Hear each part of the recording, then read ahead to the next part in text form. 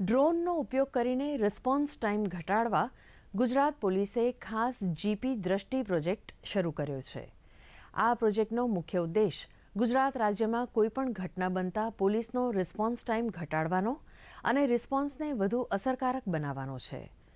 રાજ્યના પોલીસ વડા શ્રી વિકાસ સહાયે આ પ્રોજેક્ટ અંગે માહિતી આપતા જણાવ્યું હતું કે ગુજરાતમાં કોઈપણ સ્થળે ઘટના બને ત્યારે પોલીસનો રિસ્પોન્સ ટાઈમ અને રિસ્પોન્સની ગુણવત્તા ખૂબ જ મહત્વની હોય છે. આ માટે હાલ પીસીઆર વેનની વ્યવસ્થા ઉપલબ્ધ છે, પરંતુ તેને ઘટના સ્થળે પહોંચવામાં સમય લાગે છે. આ સમય ઘટાડવા અને ત્વરિત કાર્યવાહી કરવા ગુજરાત પોલીસે ડ્રોનનો ઉપયોગ કરવાનો નિર્ણય લીધો છે. મહત્વપૂર્ણ બાબત એ રહેશે કે કોઈપણ વ્યક્તિ 100 નંબર ઉપર ક્યારે પણ ફોન કરે કોઈપણ ઘટનાને ઇન્ફોર્મ કરવા માટે, એટલે 100 નંબર આજે જે પીસીઆર વેનને ઇન્ફોર્મ કરે છે એ જ રીતે એ ડ્રોન બેઝ સ્ટેશનને પણ ઇન્ફોર્મ કરશે આ ઘટના બાબતમાં. એટલે પીસીઆર વેન પણ રવાના થાય અને ડ્રોન પણ રવાના થાય.